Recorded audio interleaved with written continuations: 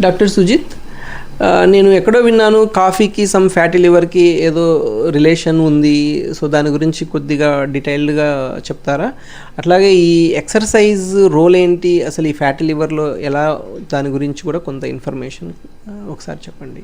Coffee తాగడం వల్ల fatty liver reverse అవుతుందని చెప్పి ఇంటర్నెట్లో బాగా ప్రాచుర్యం జరుగుతుంది. ఇప్పుడు ఇది తెలుసుకున్న వాళ్ళందరూ ఏం చేస్తున్నారంటే కనుక కాఫీ మామూలుగా వాళ్ళు ఎట్లయితే తీసుకుంటారో, సో హై ఫ్యాట్ మిల్క్ వేసుకొని 2 స్పూన్స్ ఆఫ్ షుగర్ వేసేసుకొని అట్లా కాఫీ తాగడం, అది ఇంకా ఎక్కువ తాగడం అనేది చేస్తున్నారు. దీనివల్ల ఇంకా బరువు పెరుగుతున్నాం సార్, మేము ఫ్యాటీ లివర్ రివర్స్ అవ్వట్లేదు అని చెప్పి మళ్ళీ వాపస్ అనేది వస్తున్నారు.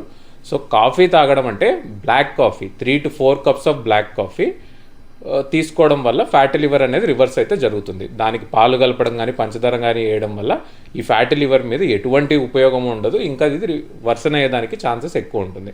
అలాగే మన ఎక్సర్సైజ్ విషయానికి వస్తే నిదానంగా వాకింగ్ చేసుకుంటూ మాట్లాడుకుంటూ వాకింగ్ చేసుకుంటూ ఇది చేయడం వల్ల ఎటువంటి ఉపయోగం అయితే ఉండదు.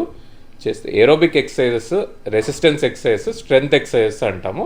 ఇవి 30 to 45 minutes per day, at least 5 days a week, అంటే వారానికి 150 నుంచి 180 నిమిషాలు ఖచ్చితంగా క్రమం తప్పకుండా మనం చేస్తే కొద్ది కాలం తర్వాత అట్లీస్ట్ ఒక 6 నెలలు మనం క్రమం తప్పకుండా చేస్తే ఫ్యాటీ లివర్ అనేది రివర్స్ అయ్యేదానికి ఆస్కారం ఉంటుంది.